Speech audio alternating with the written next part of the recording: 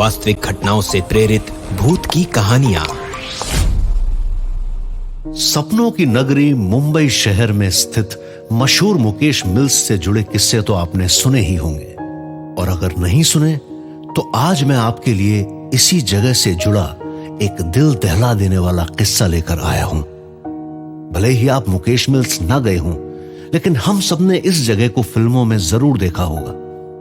पिछले कई दशकों से मुकेश मिल्स फिल्मों और गानों की शूटिंग के लिए सबसे चुनिंदा जगहों में से एक माना जाता है।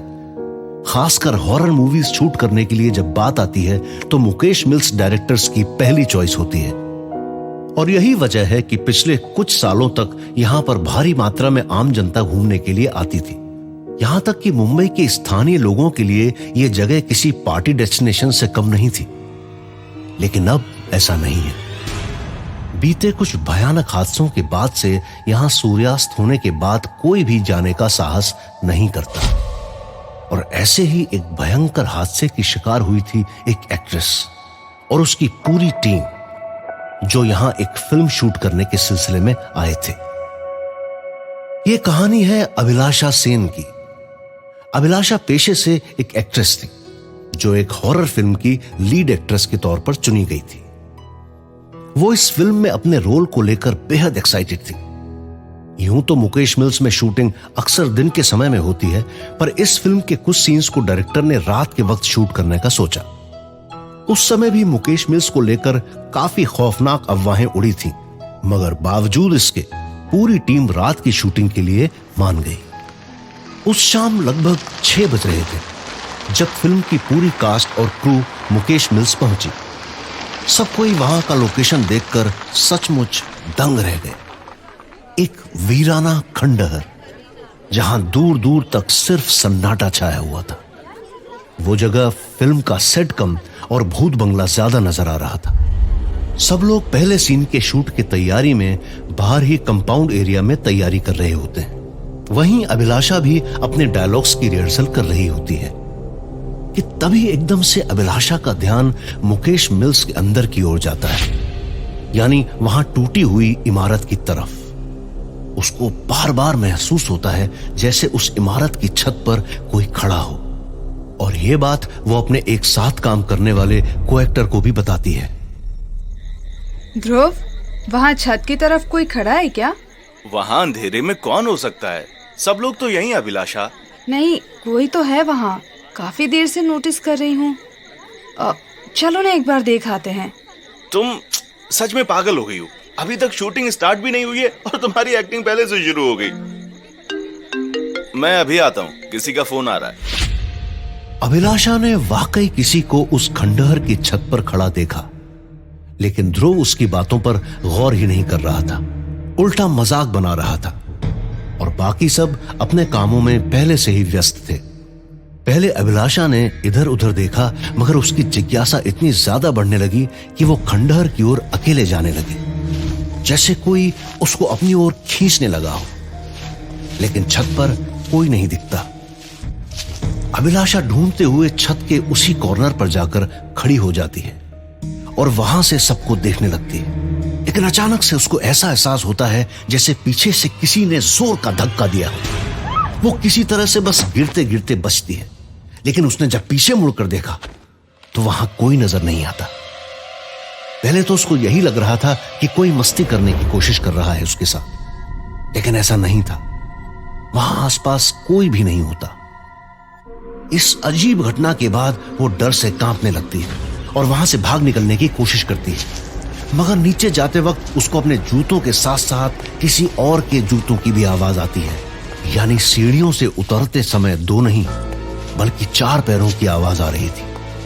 वो वहीं रुककर अपने मोबाइल की टॉर्च लाइट से हर जगह देखती है, पर इस बार भी उसे कोई नजर तो नहीं आया। लेकिन पीछे से गूंजती हुई भारी भरकम आवाज आती है, चले जाओ यहाँ से। जो इस जगह पर आए सभी को यहां से चले जाने की धमकी दे रहा था, वरना सब मारे जाएंगे।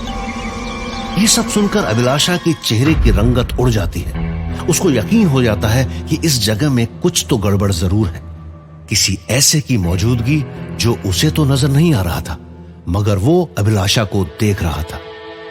इतने में सब उसे बुलाने लग जाते हैं, अभिलाषा, लेकिन अभिलाषा को वहां न देख सब चिंता में आ जाते हैं अभिलाषा कहाँ हो? कि तभी अचानक जोर से उसकी चिल्लाने की आवाज खंडहर की तरफ से आती है।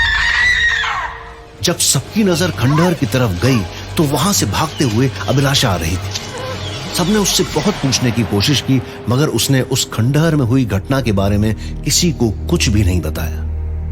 थोड़ी देर बाद अभिलाषा सेट पर सबके साथ बहुत अलग सा बर्ताव करने लगती है। कभी बातों बातों में जोर से हंसने लगती है, तो कभी अचानक मेकअप दादा पर गुस्से से चिल्लाना शुरू कर देती है, और कभी ऐसे बिहेव करने लगती है जैसे सब कुछ नॉर्मल हो। यह सब देखकर पूरी टीम को बहुत अजीब लगने लगता है। कुछ की तो डर से हालत खराब होने लगती है। डायरेक्टर अभिलाषा से पूछने की कोशिश भी करता है। अभिलाषा, तुम ठीक तो हो? क्या हो गया है तुम्हें?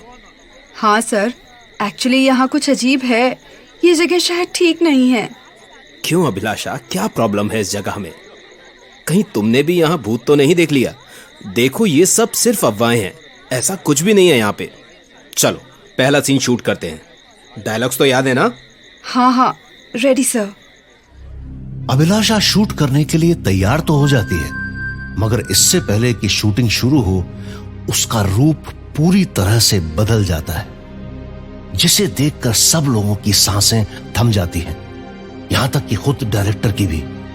अभिलाषा नीचे की ओर देखते हुए डायरेक्टर की तरफ बढ़ने लगती है और जोर जोर से सबको वहां से जल्द चले जाने की धमकी देने लगती है, ठीक उसी आवाज में जैसा उसने उस खंडहर में सुना था। चले जाओ यहाँ से। एक डरावने से आदमी की आवाज में। पहले सबको लगता है कि शायद वो सबको डराने का नाटक कर रही है, लेकिन वो आवाज कोई आम आवाज नहीं होती है। ऐसा लगता है कि जैसे एक साथ कई लोग बोल रहे हैं। वहां मौजूद एक शख्स अभिलाषा की ये भयानक दशा देखकर दंग रह जाते हैं। किसी को कुछ समझ में नहीं आता है।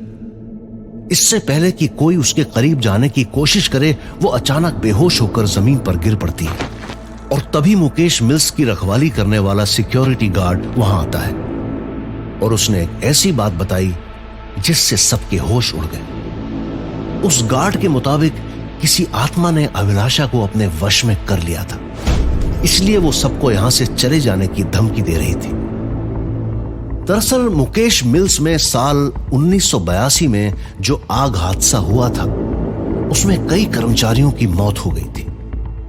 माना जाता है कि रात के समय अभी भी उन लोगों की आत्माएं वहां भटकती हैं, और यही कारण है जो शाम होने के बाद यहां कोई भी आने से कतराता है। इस हकीकत को जानने के बाद अभिलाषा के बाकी साथी उसे बेहोश हालत में उठाकर डॉक्टर के पास ले जाते हैं, और पूरी टीम वहां से पैकअप करके भाग निकलती है। अगली सुबह जब अभिलाषा होश में आई तो उसे बीते रात की कोई भी बात याद नहीं थी, सिवाय इसके कि उसको किसी ने छत से धक्का देने की कोशिश की थी। इस हादसे के बाद पूरा कास्ट और क्रू बुरी तरह दहल चुका था, यहां तक कि उस फिल्म के डायरेक्टर दोबारा मुकेश मिल्स में शूट करने की हिम्मत भी नहीं जुटा सके।